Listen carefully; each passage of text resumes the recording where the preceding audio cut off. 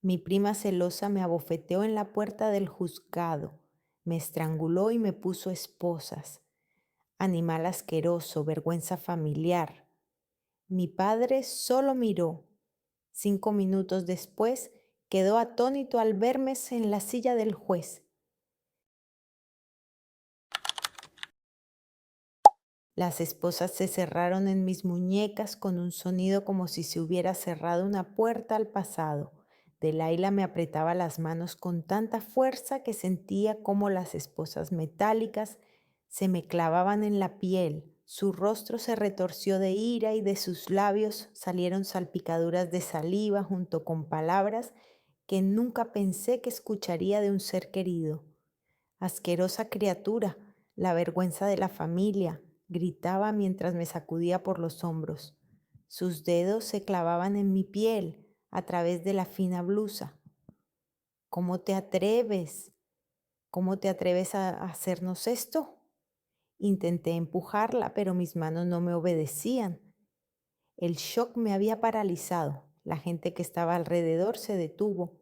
Algunos grabaron con sus teléfonos, pero nadie intervino. Lo que más me mataba era que, a 5 metros de nosotros, estaba mi padre mirando sin hacer nada. Raymond McNeil, mi padre, el hombre que me enseñó a defender a los más débiles, ahora observaba cómo su sobrina estrangulaba a su propia hija. «¡Papá!», grité con voz ronca, pero él no se movió. En su rostro se leía una mezcla entre decepción y repugnancia, como si realmente hubiera hecho algo horrible. De repente, Delilah me soltó y dio un paso atrás. Su pecho se elevaba con dificultad. Su cabello castaño se había soltado de la cola. Mi prima siempre había sido hermosa, pero ahora su belleza se había convertido en algo repugnante. 5 años, susurró, limpiándose la boca con el dorso de la mano. 5 años te hemos protegido de la verdad y tú. No tuvo tiempo de terminar. El guardia del tribunal, un hombre mayor con bigote canoso, me tomó con cuidado por el codo. Señorita McNeil, es hora de irse. El juez Garvin la espera. Asentí con la cabeza, tratando de recuperar el aliento. Las esposas de mis manos habían desaparecido. Resultó que eran unas baratas de juguete que Delilah había comprado en una tienda de artículos de broma, pero las marcas en mis muñecas permanecían. Cuando atravesé las altas puertas del tribunal, oí que mi padre finalmente había alzado la voz a mis espaldas. «Cory, ¿qué estás haciendo?». No me volví. La sala del tribunal estaba fresca después de un caluroso día de verano. Mi asiento en la mesa del demandante parecía demasiado lejos de la entrada. Me senté, me alicé la falda y miré el reloj. En 5 minutos me llamarían para declarar. En 5 minutos, Delilah y papá me verían en el estrado de los testigos y sus caras se quedarían como si hubieran visto un fantasma.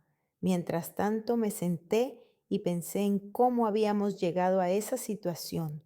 Cory McNeil, 25 años, empleada del café Maples en Cedarville, siempre la hija y la sobrina obediente, la misma Cory que nunca le llevaba la contraria a nadie, que prestaba dinero y no pedía que se lo devolvieran, que trabajaba por dos cuando alguien se ponía enfermo.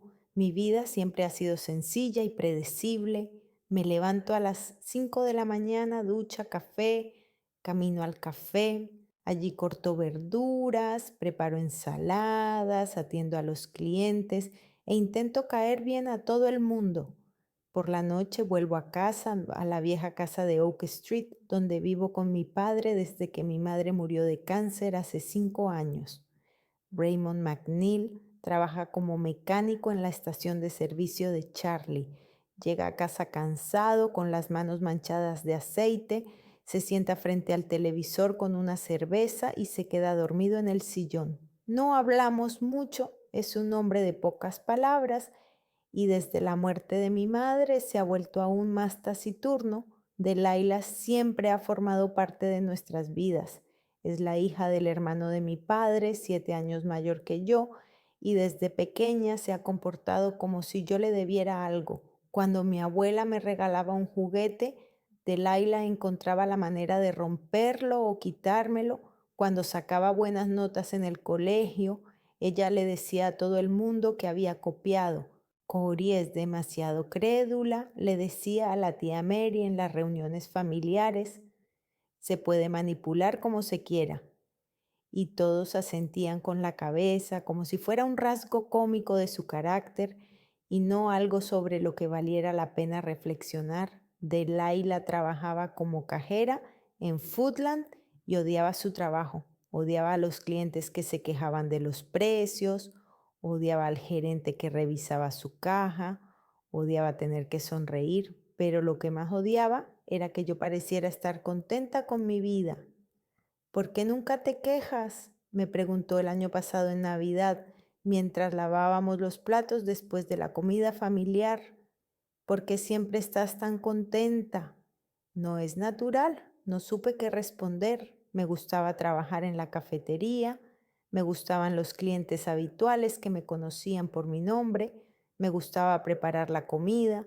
Quizás mi vida no era emocionante, pero era mía.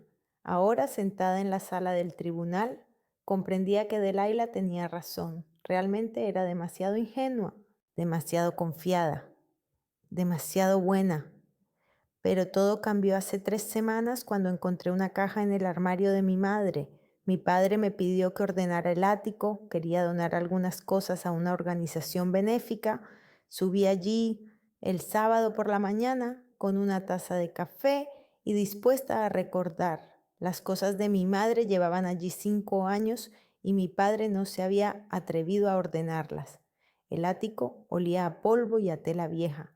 Había cajas por todas partes, cuidadosamente etiquetadas con la letra de mi madre, ropa de invierno, adornos navideños, cosas del colegio de Corin.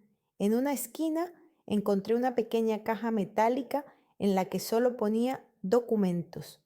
Dentro había papeles que nunca había visto antes: certificado de nacimiento, pasaporte, fotografías y un testamento. El testamento de mi madre, fechado un año antes de su muerte. Me senté en el suelo y empecé a leer con manos temblorosas. Mi madre me había dejado la casa de Maple Avenue, la misma que llevaba 2 años vacía. También me había dejado una cuenta bancaria con $12,000 y todas sus pertenencias personales. $12,000, la casa, para mí, no para papá ni para la familia, sino para mí. Leí el documento 3 veces tratando de comprenderlo. Mamá murió hace 5 años. Durante 5 años trabajé en una cafetería por $8 la hora, pedí prestado dinero para pagar los servicios públicos y vestí ropa de segunda mano. Durante 5 años pensé que mi padre y yo apenas llegábamos a fin de mes. Y todo ese tiempo tuve mi propia casa y dinero en la cuenta. Bajé del ático con las piernas temblorosas y encontré a mi padre en el garaje. Estaba tumbado debajo del coche del vecino Jimmy y maldecía mientras intentaba alcanzar un tornillo. Papá, le dije con los documentos en la mano, tengo que hablar contigo. Salió de debajo del coche y se limpió las manos en el mono. Cuando vio los papeles que tenía en la mano, su rostro cambió. ¿Dónde lo has encontrado?, preguntó en voz baja. En el ático, metes entre las cosas de mamá. Le mostré el testamento.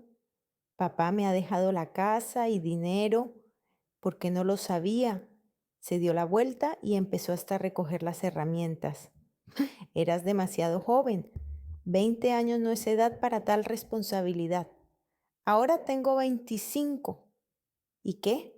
¿Todavía no entiendes de estas cosas? Delilah explicó que era mejor esperar a que maduraras.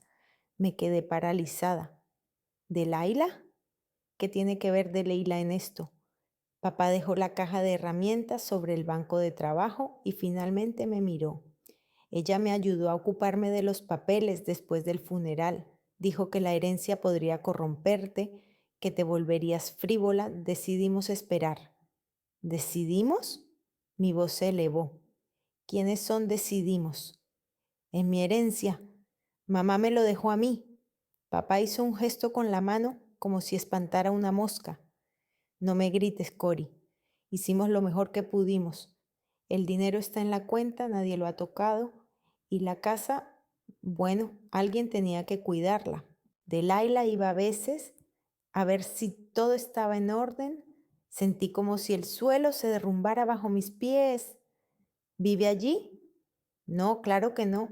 Solo a veces pasa la noche allí cuando tiene problemas con el casero o cuando necesita estar sola. Miré a mi padre y no lo reconocí. Este hombre que me crió, que me enseñó a ser honesta y justa, me había mentido a la cara durante 5 años. Quiero ver la casa, dije. Cory, ahora no. Quiero ver la casa ahora. Papá suspiró y cogió las llaves del gancho de la pared. Fuimos allí en silencio. La casa de Maple Avenue parecía bien cuidada. El césped estaba cortado, los parterres estaban limpios y las ventanas estaban limpias. Era una casita pequeña pero acogedora, con paredes blancas y tejas azules, exactamente como la que había soñado de niña. Cuando entramos me di cuenta de que Delilah no solo pasaba la noche allí de vez en cuando.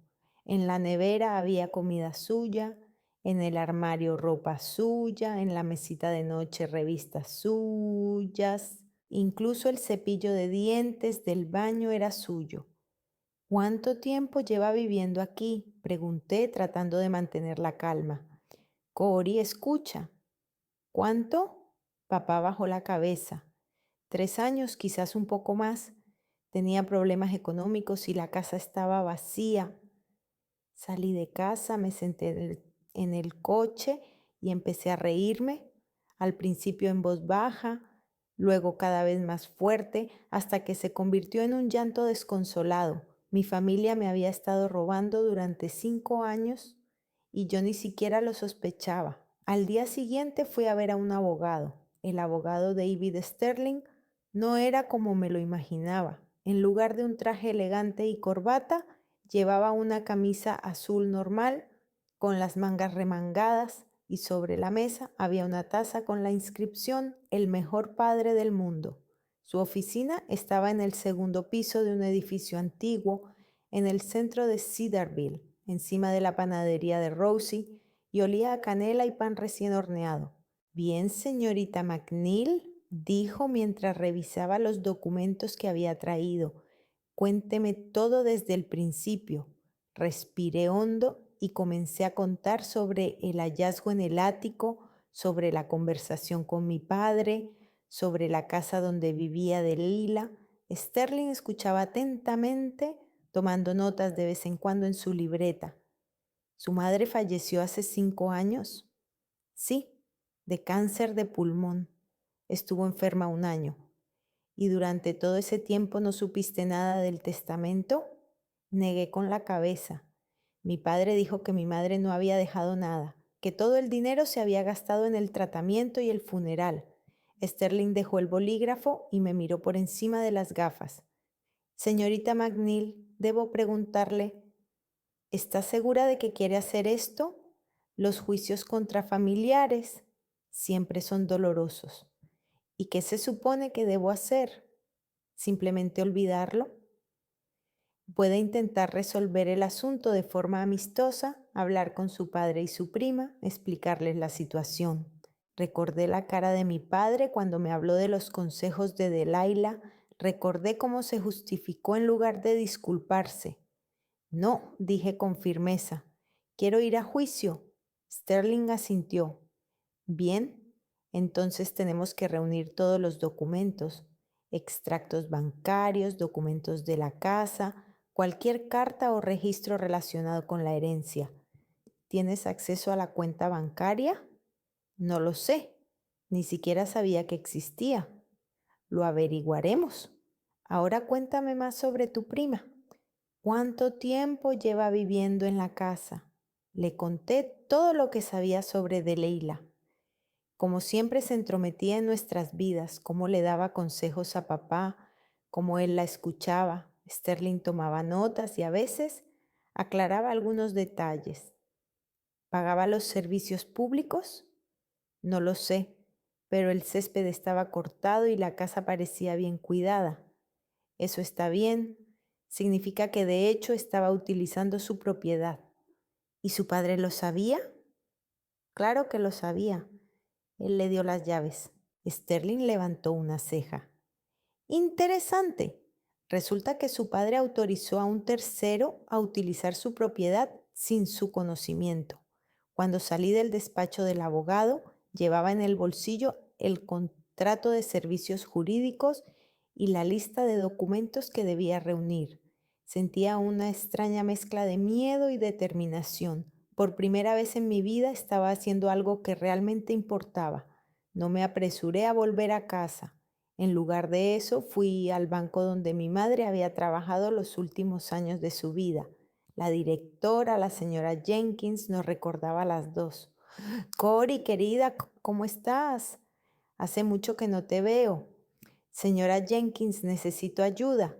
Me he enterado de que mi madre tenía una cuenta que me ha dejado en herencia, pero no sé el número de la cuenta.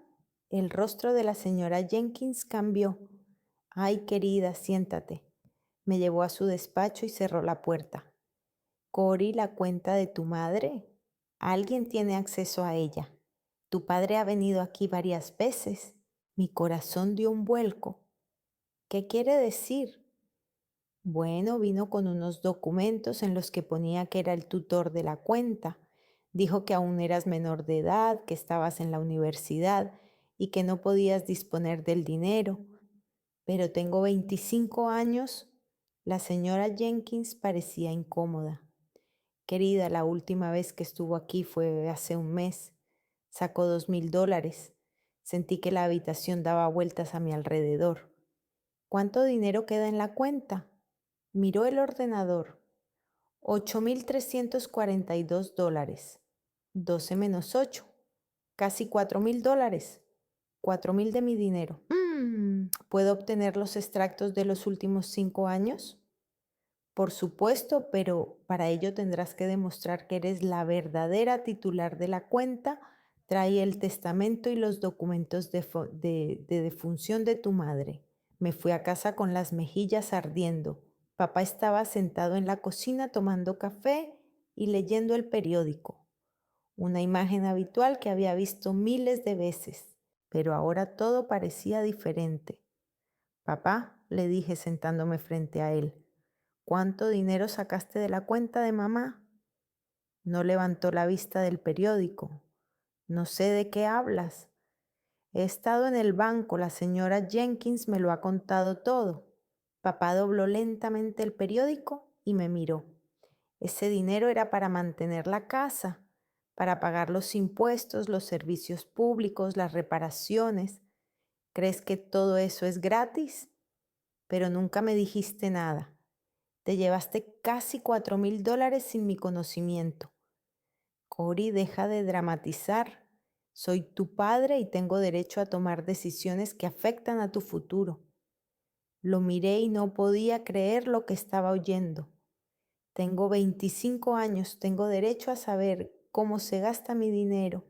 Papá se levantó de la mesa. Tu madre me pidió que cuidara de ti. Dijo que aún no estabas preparada para tal responsabilidad y yo estoy cumpliendo mi promesa. Mamá nunca dijo eso, grité.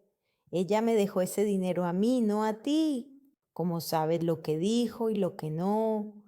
Estabas demasiado ocupada con tus cosas como para darte cuenta de lo difícil que lo tenía. Esas palabras me golpearon como una bofetada.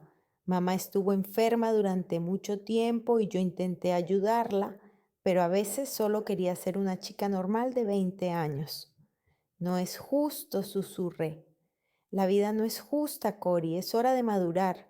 Esa noche me senté en mi habitación y llamé a Delilah. Respondió al tercer tono. Cory, ¿qué pasa? Necesito hablar contigo sobre la casa de mi madre. Pausa, ¿sobre qué exactamente? Sobre el hecho de que llevas 3 años viviendo allí y nunca me lo has contado. Delilah suspiró. Escucha, es difícil explicarlo por teléfono. Quedemos mañana. Quedamos en vernos en la cafetería Blue Moon a las 7 de la tarde. Llegué 15 minutos antes y pedí un café, intentando calmarme. Delilah llegó justo a tiempo, con vaqueros y una camiseta rosa, con un bolso colgado al hombro. Hola, dijo, sentándose frente a mí. Tienes un aspecto horrible. Gracias por el cumplido.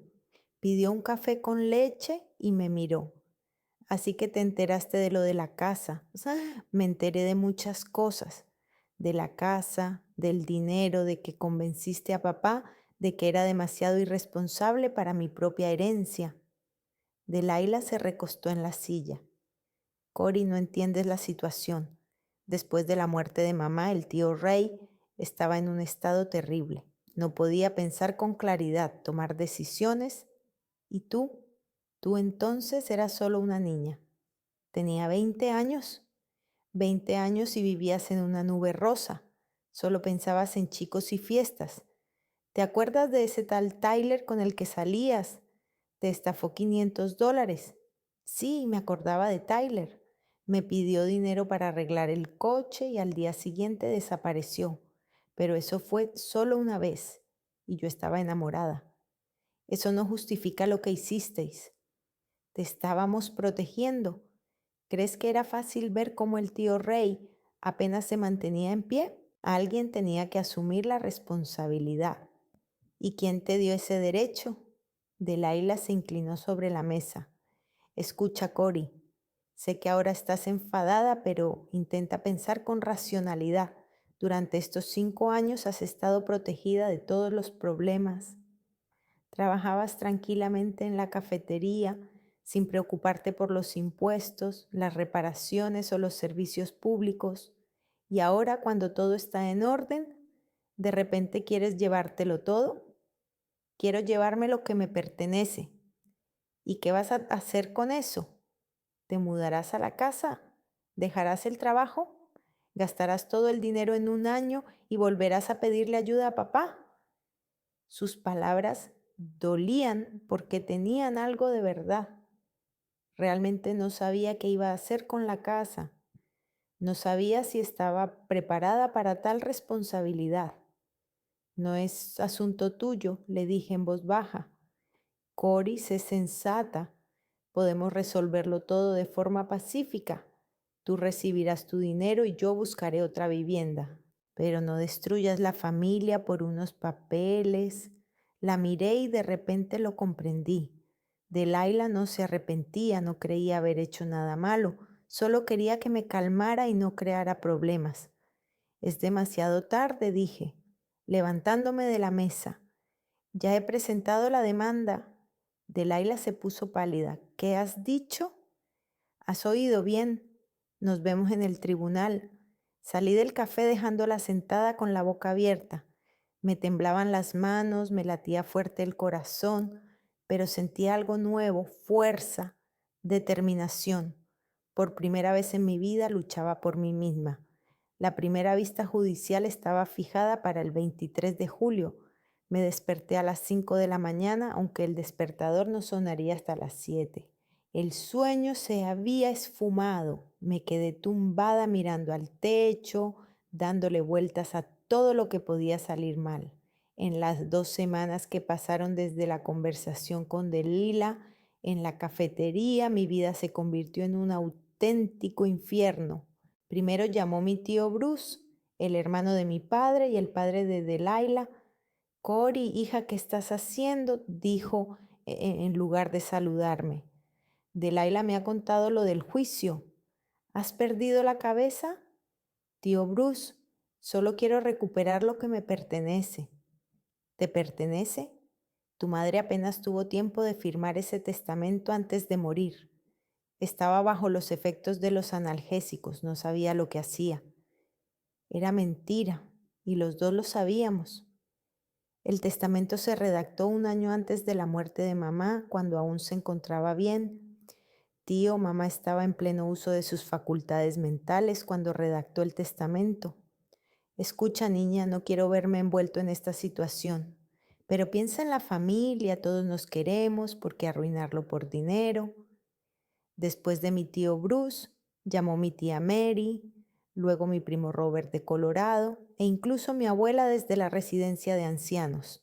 Todos decían lo mismo que estaba loca, que era codiciosa, que estaba destruyendo la familia por tonterías. Lo peor fue que mi padre dejó de hablarme por completo. Por la mañana desayunaba y se iba a trabajar sin decir una palabra. Por la noche se sentaba frente al televisor y fingía que yo no existía. Cuando intentaba hablar con él, simplemente se levantaba y se iba a su habitación. En la cafetería también se volvió incómodo. Cedarville es un pueblo pequeño donde todos se conocen y los chismes se propagan más rápido que un incendio forestal. Delilah, por supuesto, no se quedó callada. Pobre niña, se ahogó en su codicia. La oí decirle a la señora Johnson en la caja de Foodland. Ahora se está demandando a su propio padre, ¿te lo imaginas?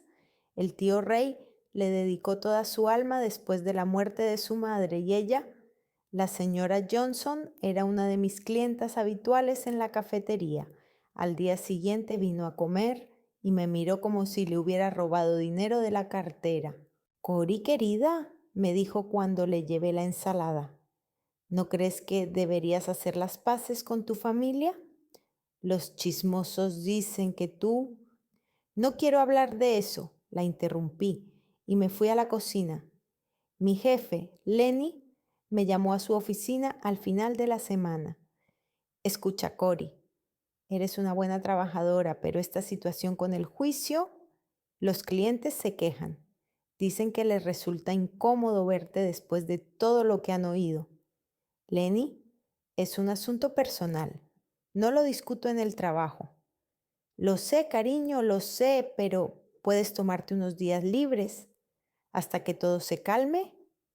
Me di cuenta de que no era una propuesta. Cogí mi bolso y me fui sin decir nada. En casa me esperaba mi padre con cara de pocos amigos. ¿Ahora has perdido el trabajo por tus travesuras?, dijo sin levantar la vista del periódico. Lenny simplemente Lenny simplemente no quiere tratar con alguien que se demanda a su propia familia. No me extraña. Subí a mi habitación y lloré por primera vez en todo este tiempo. No por lástima hacia mí misma, sino por rabia. Rabia porque todos me consideraban culpable. Rabia porque nadie quería entender mi versión. Esa misma noche me llamó Rachel, mi única amiga de verdad desde la escuela. Vivía en Columbus y trabajaba en una agencia de publicidad. Cori, ¿qué diablos está pasando allí? Me lo ha contado mi madre, se lo ha dicho la señora García de la iglesia. Le conté todo, lo que había encontrado en el ático, lo de la casa, lo del dinero, lo del juicio. Rachel escuchó en silencio. ¿Y qué dice tu abogado?, preguntó finalmente. Dice que tenemos una posición sólida, los documentos son claros, el testamento es válido. ¿Estás segura de que quieres hacerlo? Me quedé callada. Por supuesto, quería que todo volviera a ser como antes, que mi padre volviera a metablarme, que mi familia no me considerara una enemiga, que pudiera trabajar en la cafetería sin sentir las miradas de reprobación. Rich, ¿y si tus padres te hubieran mentido durante 5 años? ¿Si te hubieran ocultado lo que te pertenece? Los habría matado, dijo sin dudar. Cori, estás haciendo lo correcto, solo aguanta. El día de la primera vista me desperté con dolor de cabeza. Me puse el único traje formal que tenía, uno azul oscuro que había comprado para el funeral de mi madre. Mirándome en el espejo, pensé que parecía una niña que se había puesto la ropa de su madre. Sterling me recogió en el juzgado a las 9 de la mañana. ¿Estás lista?, me preguntó. Asentí con la cabeza, aunque no me sentía preparada en absoluto. Entramos en la sala del tribunal y los vi.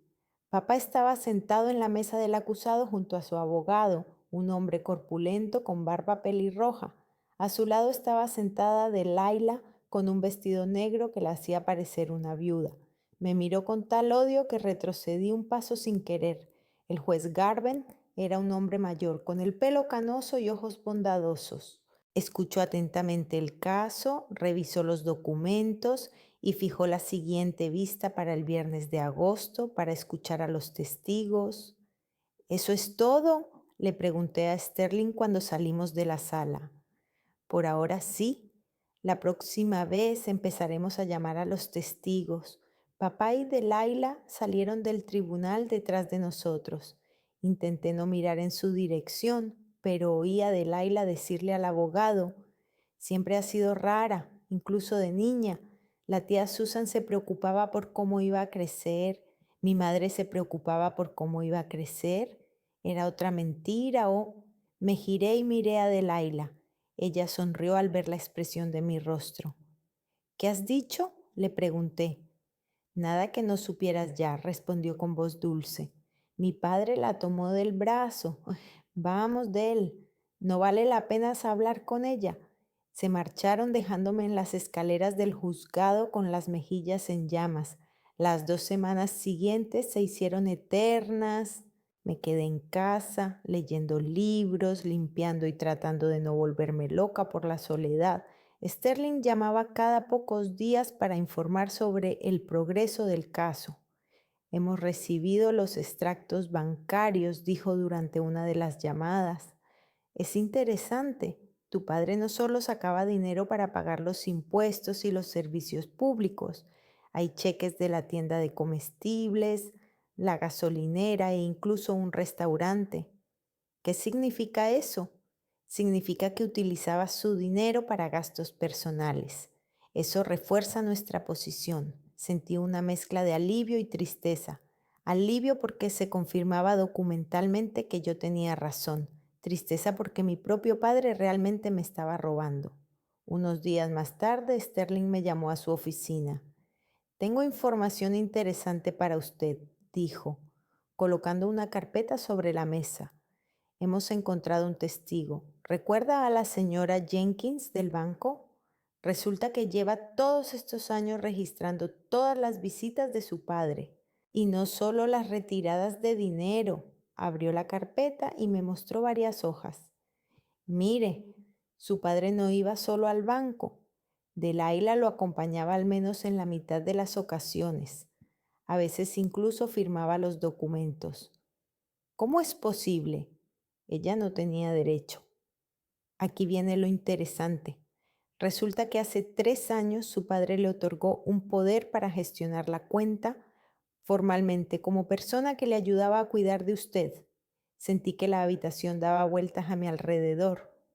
¿Un poder notarial?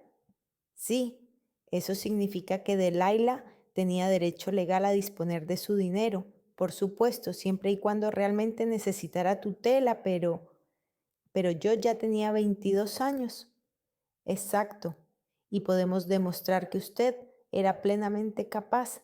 Tenemos testigos de la cafetería que confirmarán que trabajabas, tomabas tus propias decisiones y no necesitabas tutela para nada. Ahora comprendía la magnitud del engaño. No se trataba de un simple error o de un exceso de preocupación. Era un plan bien pensado. La noche antes de la segunda audiencia me llamó mi tío Bruce. Cory, te lo pido por última vez. Retira la demanda, tu padre está en el hospital con hipertensión. Se me encogió el corazón. ¿Qué le pasa? Estrés. El médico dice que necesita descansar. Este juicio lo está matando. Tío Bruce, si él simplemente me diera lo que me pertenece. ¿Qué dinero, Cory? Quedan 8,000. ¿Estás dispuesta a destruir a la familia por $8,000? No se trata del dinero. Entonces, ¿de qué se trata? ¿La venganza? Colgué sin responder, pero sus palabras se me quedaron grabadas en la cabeza. Realmente no era por el dinero, era porque por primera vez en mi vida estaba defendiéndome y no iba a parar. Esa noche casi no dormí, daba vueltas en la cama pensando en mi padre en el hospital, en lo que dirían mañana en el juicio. Una parte de mí quería dejarlo todo, reconciliarme, volver a como estaba antes, pero la mayor parte sabía que si me rendía ahora nunca más podría respetarme a mí misma. El 5 de agosto volví a estar frente a las puertas del tribunal. Esta vez, Delilah se abalanzó sobre mí en cuanto me vio. ¿Estás contenta? El tío Ray está en el hospital por tu culpa. Me empujó y apenas pude mantener el equilibrio. Delilah, para. No, no voy a parar. estás destruyendo nuestra familia. Mamá llora todos los días. El tío Ray no puede dormir y tú. Me empujó de nuevo, esta vez con más fuerza. Caí de rodillas y se me rompieron las medias. Delilah, gritó papá, apareciendo de la nada y agarrándola de la mano. Ya basta. Me ayudó a levantarme y por un momento vi preocupación en sus ojos, pero casi de inmediato su expresión volvió a ser fría.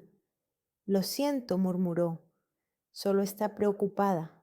Lo miré y de repente me di cuenta de que ya no era el hombre al que consideraba mi padre. Este hombre era capaz de ver cómo su sobrina atacaba a su hija y disculparse por ella, en lugar de protegerme. No pasa nada, dije en voz baja. Nos vemos en el tribunal.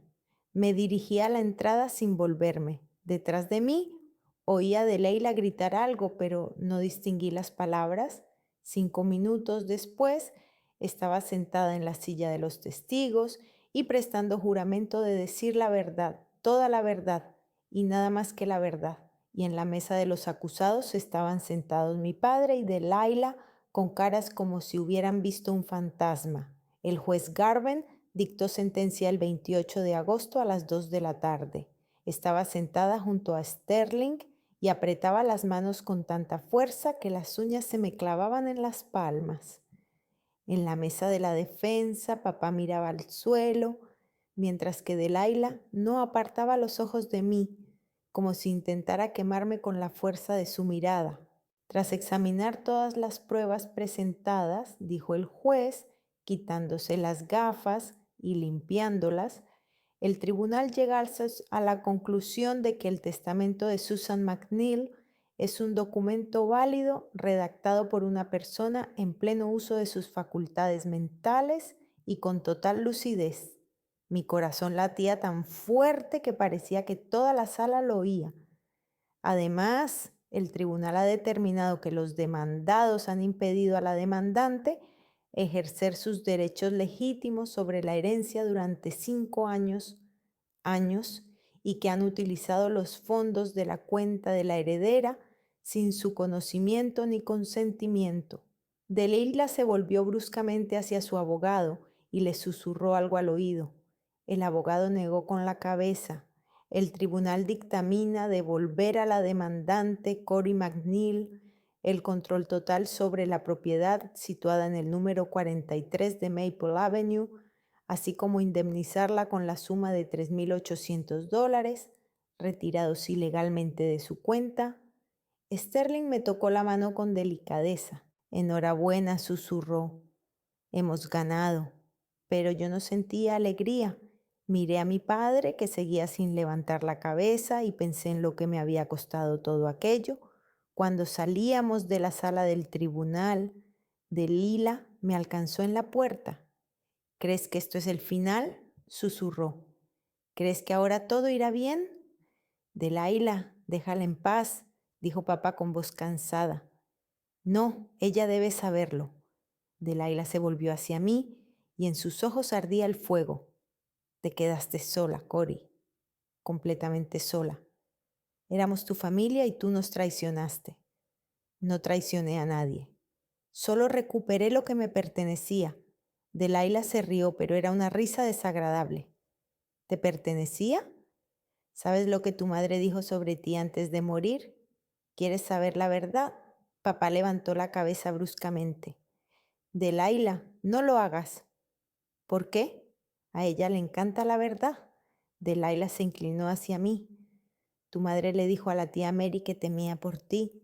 Temía que fueras demasiado ingenua, demasiado confiada, que cualquier hombre pudiera engañarte y dejarte sin un centavo. Las palabras dolían como golpes. Eso no es cierto. Sí lo es. Le pidió al tío Ray que cuidara de ti hasta que fueras mayor. ¿Y tú qué hiciste? ¿Lo demandaste? Miré a mi padre. ¿Es eso cierto? Por fin levantó la vista y me miró. En su mirada había cansancio y algo parecido a la decepción. Tu madre estaba preocupada por ti, Cory. Quería que estuvieras protegida. ¿Quería que me robaran? No te robamos. Protegíamos tu futuro. Sentí que se me llenaban los ojos de lágrimas, pero las contuve.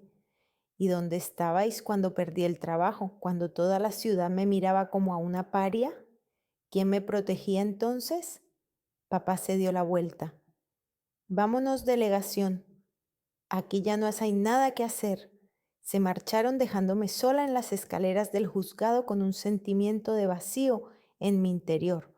Sterling se acercó a mí con unos documentos en la mano. Señorita McNeil tiene que firmar unos papeles y aquí tiene las llaves de la casa. Cogí las llaves, dos pequeños trozos de metal que me habían costado mi familia. Esa noche fui a la casa de Maple Avenue. Delilah había recogido sus cosas. Los armarios estaban vacíos y la nevera desconectada. Solo había una nota sobre la mesa de la cocina. Espero que haya valido la pena. Recorrí las habitaciones vacías e intenté imaginarme allí, pero no pude. La casa era bonita, acogedora, tal y como siempre había soñado, pero ahora me recordaba todo lo que había perdido para conseguirlo. Al día siguiente llamé a la agente inmobiliaria Sharon Whitman, que me había recomendado Sterling. Quiero vender la casa, le dije sin preámbulos. Pero si acabas de comprarla, ¿no debería pensárselo un poco más? Ya lo he pensado. Sharon vino ese mismo día. Echó un vistazo a la casa, hizo algunas fotos y calculó algo en su libreta. Teniendo en cuenta el estado de la casa y los precios del mercado, creo que podemos pedir 75,000, dijo. Es un buen precio para Cedarville, $75,000, más los 8,000 que quedaban en la cuenta, suficiente para empezar una nueva vida en un nuevo lugar. ¿Cuánto tiempo tardará en venderse? A ese precio, un mes, dos como máximo. Esa noche, tumbada en la cama, escuchaba a papá caminar por la cocina de abajo. Había llegado tarde a casa, como siempre que estaba triste. Le oía abrir la nevera, servir algo en un vaso y sentarse a la mesa. Tenía ganas de bajar, hablar con él, explicarle por qué lo había hecho, pero sabía que no me escucharía. Para él ya era una extraña. Por la mañana lo encontré en la cocina con una taza de café y el periódico. No levantó la cabeza cuando entré. Papá, tengo que decirte algo. Pasó la página sin responder. Voy a vender la casa y me voy a mudar de Cedarville. Ahora sí me miró. ¿A dónde? Aún no lo sé. Quizás a Columbus o incluso más lejos. Papá dejó la taza sobre la mesa. Así que has conseguido lo que querías y ahora te vas. No me voy. Es solo que aquí ya no tengo cabida.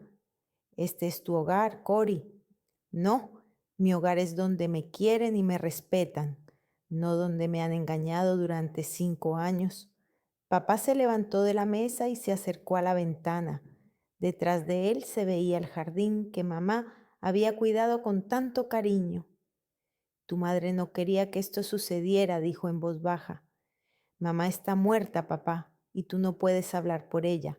Se dio la vuelta y me miró como si fuera la primera vez que me veía. ¿En quién te has convertido, Cory? Antes eras tan buena, tan obediente, sumisa, de las que se pueden engañar y ni siquiera se dan cuenta, de las que respetaban a la familia. Me eché a reír, pero sin alegría. ¿A la familia? ¿A esto le llamas familia? Cuando tus seres queridos te mienten a la cara durante 5 años. Papá se acercó a mí. En su rostro se reflejaba una ira que nunca antes había visto. Te queríamos, te protegíamos, queríamos que tuvieras un futuro, querían que siguieras siendo una niña para siempre, que nunca creciera, que no tomara mis propias decisiones. Y ahora mira lo que has hecho. Has destruido a la familia, has perdido el trabajo. Todo el mundo en la ciudad habla de ti. ¿Y sabes qué? Le interrumpí. No me importa lo que digan. Por primera vez en mi vida no me importa lo que piensen los demás porque por fin sé quién soy realmente. Papá me miró durante un largo rato en silencio. Luego dijo unas palabras que recordaré para siempre. Ya no eres mi hija. Sentí como si algo se rompiera dentro de mí. Doloroso, definitivo. Bien, dije tan tranquilamente como pude. Entonces, ya no soy tu problema. Subí a mi habitación y empecé a hacer las maletas. Tenía sorprendentemente pocas cosas personales para 25 años de vida. Ropa, algunos libros, fotos, joyas. Todo cabía en 2 maletas y una mochila. Cuando bajé con mis cosas, papá ya se había ido a trabajar. En la mesa de la cocina había una nota. Deja las llaves de la casa sobre la mesa. Dejé las llaves junto a la nota y escribí la mía. Si cambias de opinión, ya sabes mi número. Durante 2 semanas viví en el motel Pine View a las afueras de Cedarville, esperando a que apareciera un comprador para la casa. Todos los días llamaba a Sharon y todos los días escuchaba lo mismo. Un poco más, querida. Hay interesados, pero todavía nada concreto. Ese sábado, mientras estaba sentada en la habitación del motel, leyendo anuncios de alquiler de apartamentos en Columbus, Rachel me llamó. Cory, acabo de ver el anuncio de la venta de tu casa en internet. ¿Qué está pasando? Le conté la decisión del tribunal, la conversación con mi padre y mis planes de mudarme. ¿Estás loca?, dijo Rachel. ¿Te mudas a Columbus? Genial. Puedes quedarte en mi casa hasta que encuentres algo. Rachel, no quiero ser una carga. Tonterías, me encantará. Además necesitas empezar una nueva vida. Y en Columbus hay trabajo, gente, oportunidades. No como en esta mierda de Cedarville. Por primera vez en muchas semanas sonreí. ¿Crees que estoy haciendo lo correcto? Creo que estás haciendo lo único que puedes hacer, Cory, has cambiado. Y eso es bueno. Antes dejabas que todos te mandaran. Y ahora tú tomas tus propias decisiones. El lunes siguiente, Sharon me llamó con noticias. Tengo un comprador, una pareja joven con un niño. Ofrecen 70,000 en efectivo. Acepto, dije sin dudarlo. Pero se puede regatear. No, necesito cerrar esto. El acuerdo se firmó el viernes. Estaba sentada en la oficina del notario y firmé los documentos que me hacían $70,000 más rica y finalmente libre del pasado. Cuando todo terminó, fui al cementerio donde está enterrada mi madre. La lápida era sencilla. Susan McNeil, esposa y madre amorosa. Mamá, le dije, sentándome en la hierba junto a la tumba. No sé si esto es lo que tú hubieras querido, pero no podía hacer otra cosa, ya no puedo seguir siendo la niña que era, tengo que madurar. El viento susurró entre las hojas de los árboles y me pareció que mi madre me oía. Me voy a mudar, mamá, voy a empezar una nueva vida y te prometo que no dejaré que nadie vuelva a aprovecharse de mí. Esa noche cargué el coche y me fui de Cedarville para siempre. Por el espejo retrovisor veía cómo desaparecían las calles conocidas, las casas donde crecí, la cafetería donde trabajaba. Doloroso, sí, pero no huía de algo, sino que iba hacia algo, hacia una nueva vida donde yo misma decidiría quién era y qué me hacía feliz. Y en el bolsillo llevaba un cheque por valor de $70,000, el precio de mi libertad. 1 año y 3 meses después, estaba de pie junto a la gran ventana de cristal de la clínica veterinaria Oak Hill y observaba cómo el doctor Blake Morgenson examinaba a un gato de raza Maine Coon. El gato era enorme, pelirrojo y claramente no estaba encantado con el procedimiento, pero Blake le hablaba con tanta paciencia y amabilidad que incluso los animales más agresivos se calmaban. Señorita Cory, me llamó la técnica Lisa desde la recepción. Está aquí la señora Garrison con Bella. Dice que le pasa algo en la pata. Asentí y volví al ordenador. En el año que llevaba trabajando allí, había aprendido a tratar de entender no solo los horarios de las citas y las historias clínicas, sino también los caracteres de los dueños de los animales. La señora Garrison era de las que se asustaban por el más mínimo rasguño en su perrito, pero más valía prevenir que curar. Mi vida en Columbus no había salido como esperaba, pero era mejor de lo que podía soñar. Los primeros meses viví con Rachel mientras buscaba trabajo y mi propio piso. Rachel resultó ser una amiga aún mejor de lo que recordaba. No hacía preguntas innecesarias, no intentaba animarme, simplemente estaba ahí cuando la necesitaba. Encontré el trabajo en la clínica por casualidad. Pasaba por delante, vi el anuncio "Se busca administrador" y entré a entregar mi currículum con una confianza fingida.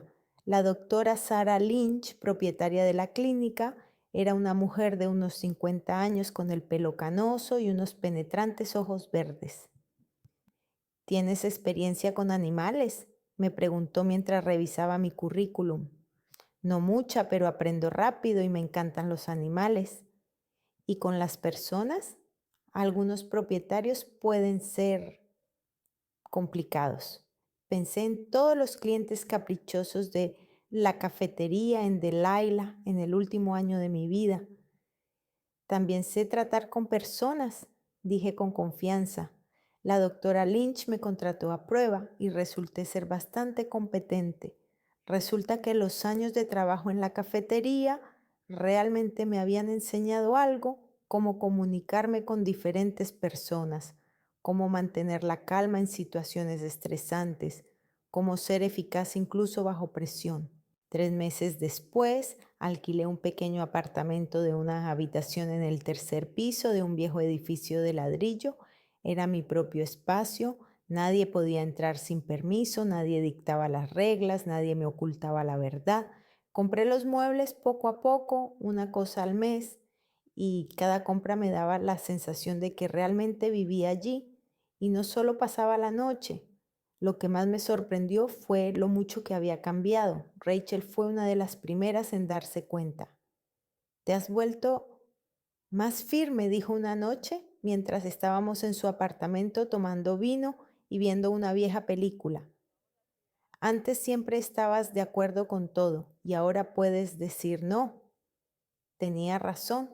Cuando una compañera de la clínica me pidió que la sustituyera durante el fin de semana, le pregunté si podía hacer mi turno la semana siguiente.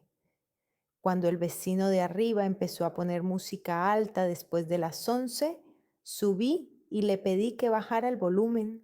Cuando un hombre en el supermercado intentó colarse en la cola, le dije que todo el mundo estaba esperando. Eran pequeñas cosas, pero para mí significaban una revolución. Blake apareció en la clínica en otoño. La doctora Lynch lo contrató como socio, un veterinario joven pero con experiencia, especializado en cirugía. Tenía 31 años, había venido de Chicago después de divorciarse y buscaba un lugar donde empezar de nuevo. Al principio pensé que era demasiado serio, alto, delgado, con cabello oscuro y ojos marrones detrás de las gafas. Hablaba poco y siempre iba al grano, pero poco a poco me di cuenta de que simplemente era cauteloso con la gente como yo. La primera vez que hablamos normalmente fue cuando llevaron a la clínica a un gatito atropellado por un coche. La dueña, una niña de unos 10 años, lloraba tanto que no podía articular palabra. Blake examinó al gatito, le hizo una radiografía y luego se sentó junto a la niña y le explicó con paciencia qué le pasaba a su mascota y qué iba a hacer. «Tiene una pata rota, pero no es mortal», le dijo. «Le pondremos una escayola y dentro de un mes tu gatito correrá como nuevo». La niña dejó de llorar e incluso sonrió. «Se te dan bien los niños», le dije más tarde cuando nos quedamos en la clínica para el turno de noche. «Tengo una sobrina de la misma edad», respondió. «Sé lo aterrador que es cuando enferma tu mascota favorita». «¿Y tus propios hijos?», sonrió con un poco de tristeza. Mi exmujer no quería tener hijos. Decía que dedicaba demasiado tiempo al trabajo. «¿Y tú?». «Me gustaría algún día». Esa conversación fue el comienzo de nuestra amistad. Blake resultó ser una persona que, como yo, estaba aprendiendo a reconstruir su vida. No intentó animarme ni darme consejos, simplemente estuvo a mi lado. A veces almorzábamos juntos en una pequeña cafetería cerca de la clínica, otras veces íbamos a tomar un café después del trabajo, sin presiones, sin expectativas. Me gusta que no intentes arreglarme, le dije una vez. ¿Qué es lo que se te ha roto?, me preguntó. La confianza en las personas. Pensaba que la confianza no era algo que se pudiera romper, solo se puede perder o recuperar. Esa noche pensé mucho en sus palabras. En invierno, Rachel vino a visitarme por sorpresa. Tengo noticias para ti, me dijo en lugar de saludarme. Sobre tu padre. Se me encogió el corazón. En un año desde Cedarville no había recibido ni una llamada ni una carta. A veces me apetecía llamarle, pero me contenía. ¿Qué le pasa? Está enfermo. El corazón. Mamá se enteró por la señora Johnson, la del café. Lleva una semana en el hospital. Me senté en un sillón, sintiendo que las piernas se me aflojaban. ¿Es grave? No lo sé, pero parece que Delilah lo ha dejado. La señora Johnson dice que se ha mudado con un chico nuevo en Springfield. Claro, Delilah estuvo a su lado mientras le convenía, y ahora que papá estaba enfermo y no podía cuidar de ella, había encontrado una opción mejor. Cory, dijo Rachel con cautela, no digo que tengas que hacer nada. Solo pensé que debías saberlo. No dormí en toda la noche, me quedé tumbada mirando al techo. Una parte de mí quería ir inmediatamente a Cedarville, ver cómo estaba, preguntarle si necesitaba ayuda, pero otra parte recordaba sus últimas palabras. Ya no eres mi hija. Por la mañana llamé al hospital de Cedarville. Raymond McNeil, le dije a la enfermera, necesito saber cómo está. ¿Quién es usted? Me quedé en silencio. ¿Quién era yo? La hija a la que había repudiado, la pariente que lo había demandado. Soy su hija. Un momento. Al cabo de un minuto, una doctora se acercó al teléfono. Señorita McNeil, soy la doctora Wilson. Su padre ha sufrido un infarto. No es grave, pero a su edad es algo serio. Necesita reposo y cuidados. ¿Se recuperará? Con el tratamiento y los cuidados adecuados, sí, pero no puede quedarse solo. ¿Hay algún familiar que pueda quedarse con él? Pensé en Delilah, que se había escapado, en el tío Bruce, que ni siquiera había acudido al juicio para apoyar a su hermano, en toda la familia que tan rápidamente me había dado la espalda hacía un año. Iré yo, dije. La doctora Lynch me concedió, sin problemas, una semana de vacaciones. La familia es importante, dijo, incluso si es complicada. Blake entró en mi despacho antes de que me fuera. ¿Cómo te encuentras? No lo sé, miedo, supongo. ¿Quiere que vaya con usted? Lo miré con sorpresa. ¿Para qué? Para darle apoyo moral. A veces es más fácil cuando hay alguien cerca que no está involucrado en el drama familiar. La oferta fue inesperada, pero extrañamente reconfortante. Blake es muy amable, pero tengo que hacerlo sola. Él asintió. Entendido. Pero si cambias de opinión o si algo sale mal, llámame. El viaje a Cedarville duró 2 horas. Conducía por carreteras conocidas y pensaba en cómo habían cambiado las cosas. Hace un año huí de allí destrozada, enfadada y sola. Ahora volvía diferente, más fuerte, independiente. El hospital tenía el mismo aspecto que cuando era niña, un viejo edificio de ladrillo con grandes ventanas y olor a desinfectante en los pasillos. Papá estaba en una habitación del segundo piso. Cuando entré estaba durmiendo. Había adelgazado y envejecido. Su cabello gris se había vuelto completamente blanco y le habían salido nuevas arrugas en la cara. Pero incluso dormido, su rostro tenía una expresión tensa. Me senté en una silla junto a la cama y esperé. 15 minutos después se despertó, me vio y se quedó paralizado. ¿Cory? Hola, papá. Intentó sentarse, pero le toqué suavemente el hombro. No, quédate acostado. ¿Qué haces aquí? Me enteré de que estabas en el hospital. Vine a verte. Me miró fijamente durante un largo rato tratando de comprender. Tú tienes buen aspecto. Gracias. ¿Vives en Columbus? Sí, trabajo en una clínica veterinaria. Asintió con la cabeza como si eso lo explicara todo. Cory, yo, lo que dije entonces, papá, no hace falta, estabas enfadado, yo también. No, sí, intentó sentarse de nuevo y esta vez no se lo impedí. He pensado en nuestras últimas palabras todos los días de este año. Eres mi hija, siempre serás mi hija. Las palabras que tanto deseaba oír hace un año, pero ahora no me provocaban euforia, solo una triste ternura. Lo sé, papá. Delaila se ha ido, dijo de repente. En cuanto se enteró del infarto, recogió sus cosas y se marchó. Dijo que no había firmado para cuidar de un anciano enfermo. Lo siento. ¿Y tú? ¿Te comprometiste? Lo miré. A este hombre que me dio la vida, que me crió, que traicionó mi confianza y que ahora yace en una cama de hospital solo y asustado. Te ayudaré, le dije, pero con mis condiciones. ¿Cuáles? Sin mentiras, nunca más, y sin intentar darme órdenes. Soy una mujer adulta y tú me tratarás como tal. Papá asintió. Trato hecho. Pasé una semana en Cedarville. Ayudé a papá a salir del hospital, lo llevé a casa y me aseguré de que tuviera todos los medicamentos necesarios. Preparé comida para varios días y encontré una enfermera que vendría todos los días. Hablamos poco, pero de forma diferente a como lo hacíamos antes, sin insinuaciones, sin manipulaciones, como dos personas adultas que intentan encontrar un lenguaje común después de una larga discusión. Has cambiado, me dijo el último día cuando me disponía a marcharme. Sí, para mejor, eso creo.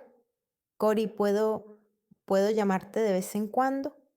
Puedes, pero no para pedirme dinero o ayuda con cosas que puedes resolver por ti mismo. Sonrió por primera vez en toda la semana. Trato hecho. Cuando regresé a Columbus no sentí ni alegría ni tristeza, solo tranquilidad. Hice lo que creí correcto, pero en mis propios términos. Ayudé, pero no me sacrifiqué. Perdoné, pero no olvidé. Blake me esperaba en la clínica con un ramo de tulipanes amarillos. ¿Cómo te va?, me preguntó. Es difícil, pero bien. ¿Estás lista para contarlo? Lo miré a ese hombre bueno y paciente que no me exigía nada más que honestidad. Estoy lista, dije, pero primero quiero preguntarte algo. ¿Qué? ¿Quieres ir a cenar conmigo? Una cena de verdad, no solo un café después del trabajo. Blake sonrió de tal manera que sus ojos brillaron detrás de las gafas. Me encantaría. Esa noche, sentada en un pequeño restaurante italiano, le hablé de mi familia, del juicio del año que pasé en Columbus. Él me escuchó atentamente sin interrumpirme ni darme consejos. ¿Y cómo te sientes ahora?, preguntó cuando terminé. Libre, dije tras una breve pausa. Por primera vez en mi vida, verdaderamente libre. ¿Eso es bueno? Da miedo, pero sí está bien. Blake extendió la mano sobre la mesa y tocó suavemente mi palma. Me gustan las personas libres, dijo. Son más interesantes.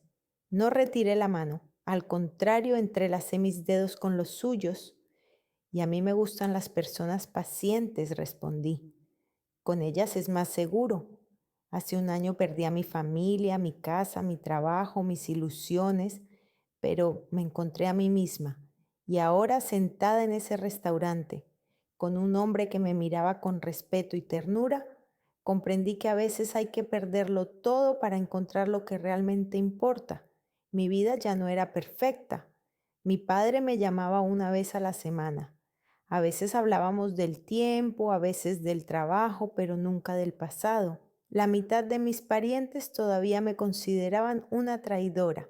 Delaila, al enterarse de mi viaje para ver a mi padre, incluso me envió un mensaje de texto furioso con insultos, pero no me importaba. Por fin sabía quién era, qué quería y para qué estaba preparada, y eso era suficiente.